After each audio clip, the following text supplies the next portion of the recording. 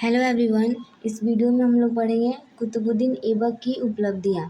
ठीक है, तो पहले इसका परिचय देखते हैं। कुतुबुद्दीन ऐबक दिल्ली सल्तनत का संस्थापक और गुलाम वंश का पहला सुल्तान था। यानी जो कुतुबुद्दीन ऐबक था वह दिल्ली सल्तनत का संस्थापक था और गुलाम वंश का पहला सुल्तान था। लेकिन आप लोग याद रखिए कि ये दिल्ली सल्तनत का वास्तविक संस्थापक नहीं था, लेकिन पहला संस्थापक कुतुबुद्दीन ऐबक को ही माना जाता है। इसका शासनकाल 1206 से लेकर 1210 तक था, यानी कि इसने टोटल 4 सालों तक शासन किया था। यह गौरी साम्राज्य का सुल्तान मोहम्मद गौरी का एकमात्र गुलाम था। यानी कि एक गौरी साम्राज्य हुआ करता था, उसके सुल्तान थे मोहम्मद गौरी, ये इन्हीं का गुलाम था और इसने लाहौर को अपनी राजधानी बनाया और कुतुब मीनार की नींव डाली। यानी कि जो कुतुब मीनार बना है उसकी नींव डाली थी कुतुबुद्दीन ऐबक ने। अपनी प्रतिभा, लगन, ईमानदारी और स्वाभिभक्ति के बल पर कुतुबुद्दीन ने गौरी का विश्वास प्राप्त कर लिया। यानी कि अपनी प्रतिभा, लगन, ईमानदारी और स्वामी भक्ति, यानी कि अपने स्वामी को बहुत माना करता था। तो इसके बल पर जो कुतुबुद्दीन ऐबक था वो गौरी का विश्वास प्राप्त कर लिया था। गौरी ने उसे आमीर आखुर के पद पर प्रोन्नत कर दिया। तो आप लोग को ये याद रखना है कि गौरी ने उसे आमीर आखुर के पद पर प्रोन्नत कर दिया था। इस पद पर रहते हुए ऐबक गौर, बामियान और गजनी के युद्धों में सुल्तान की सेवा की। ये तीनों जगह का नाम है, गौर, बामियान और गजनी। तो इन सब जगहों पे ऐबक ने सुल्तान की सेवा की है। बाद में तराइन के युद्धों में उसने महत्वपूर्ण भूमिका निभाई। यानी कि जब तराइन का युद्ध हुआ था तो इसने एक महत्वपूर्ण भूमिका निभाई थी। अब सेकंड पॉइंट आप लोग लिखिएगा, कुतुबुद्दीन ऐबक का राज्यारोहण, यानी कि वो राज्य गद्दी पर कब बैठा है, इसके बारे में लिखना है। मोहम्मद गौरी की जिस समय मृत्यु हुई, यानी कि ये तो मोहम्मद गौरी का ही गुलाम था। तो मोहम्मद गौरी की जिस समय मृत्यु हुई थी उस समय उसके भारतीय प्रबंधों का प्रबंध कुतुबुद्दीन ऐबक के हाथों में था। तो वो जो भारतीय प्रबंध था उसका वो सब मोहम्मद गौरी ने कुतुबुद्दीन ऐबक के हाथों में दिया था। गौर साम्राज्य के अवशेषों पर कब्जा जमाने के लिए 3 व्यक्ति ललायित थे। यानी कि जब मोहम्मद गौरी की मृत्यु हुई थी तो जो गौर साम्राज्य था उस पे जब कब्जा जमाने के लिए 3 व्यक्ति ललायित थे। वो पहले थे ताजुद्दीन, नसरुद्दीन तथा कुतुबुद्दीन ऐबक। कुतुबुद्दीन का अभी भी भारतीय प्रदेशों पर अधिकार था। यानी कि जो भारत पे उन लोग का राज था तो उस पे अभी भी कुतुबुद्दीन का अधिकार था। सुल्तान की अनुमति प्राप्त करने के पश्चात इसका राज्यारोहण 25 जून 1206 को लाहौर में हुआ। तो आप लोग को यह याद रखना है कि कुतुबुद्दीन ऐबक का राज्यारोहण 25 जून 1206 को लाहौर में हुआ था।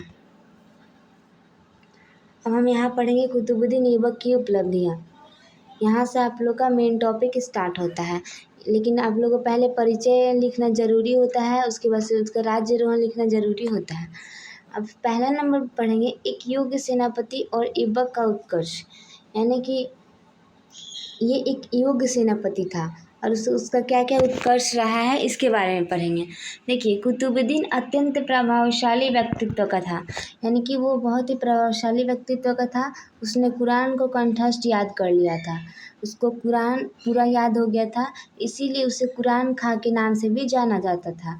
तो ये क्वेश्चन आता है कि कुरान खां के नाम से किसे जाना जाता है, तो वो कुतुबुद्दीन ऐबक को। मोहम्मद गौरी इसकी योग्यता से काफ़ी प्रभावित हुआ था। यानी कि जब मोहम्मद गौरी देखे कि ये बहुत ही प्रभावशाली व्यक्तित्व का है और उन्होंने कंठस्थ याद कर लिया है कुरान को भी, तो उसकी योग्यता से काफ़ी प्रभावित हुआ था। मोहम्मद गौरी ने कुतुबुद्दीन को ऐबक की उपाधि दी। यानी कि जो मोहम्मद गौरी थे वो कुतुबुद्दीन को किस चीज़ की उपाधि देते हैं, ऐबक की, और उसे अपना एक योग्य सेनापति बना लिया, जिसकी मदद से मोहम्मद गौरी ने आगे जाकर 1192 की तराइन के द्वितीय युद्ध में पृथ्वीराज चौहान को हरा दिया। यानी कि 1192 में जिस तराइन का द्वितीय युद्ध हुआ था उसमें पृथ्वीराज चौहान को हरा दिया और 1194 के चंदावर के युद्ध में जयचंद को हराकर अपनी विजय हासिल की। दूसरा पॉइंट लिखना है बंगाल विद्रोह का दमन। ठीक है, जब कुतुबुद्दीन ऐबक शासन काल के दौरान था तब बंगाल बिहार में विद्रोह हो रहे थे।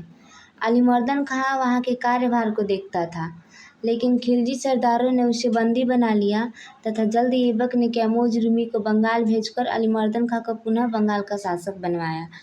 जब कुतुबुद्दीन ऐबक का शासनकाल था तो उस टाइम बंगाल और बिहार में विद्रोह हो रहे थे और वहाँ के कार्यभार को अलीमर्दन खां देखता था, लेकिन खिलजी सरदारों ने उसे बंदी बना लिया था।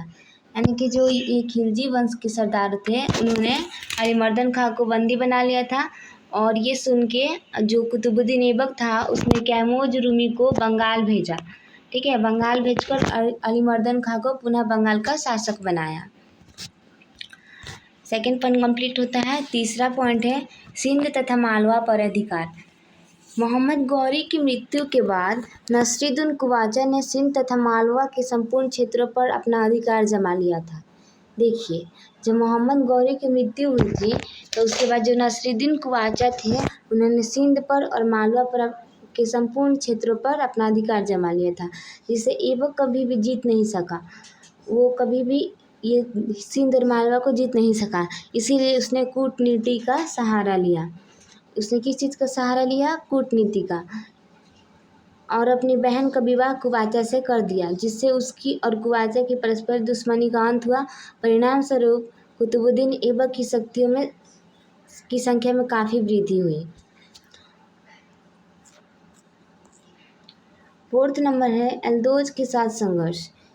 यानी कि गियासुद्दीन यल्दौज थे, उनके साथ भी कुतुबुद्दीन ऐबक को संघर्ष करना पड़ा गद्दी पर बैठने के लिए। देखिए, मोहम्मद गौरी के मरने के बाद ऐबक ने, यहाँ पे थोड़ा सा ही कर लीजिएगा, ऐबक होगा। ऐबक ने 1206 में लाहौर में अपना राज्याभिषेक करवाया। दिल्ली सिंहासन की गद्दी पर बैठने के बाद ऐबक के विरुद्ध सर्वप्रथम यल्दौज ने गजनी का स्वतंत्र शासक घोषित कर दिया। यानी कि यल्दौज ने गजनी का स्वतंत्र शासक खुद को घोषित कर दिया था, और 1208 ईस्वी में कुतुबुद्दीन ऐबक ने गजनी पर अधिकार कर लिया। जब 1208 ईस्वी था उस टाइम कुतुबुद्दीन ऐबक जो था उसने गजनी पर अधिकार कर लिया, लेकिन वह जल्द ही वहाँ से भारत आ गया और ऐबक ने यल्दौज की सत्ता को पूरी तरह समाप्त नहीं कर सका।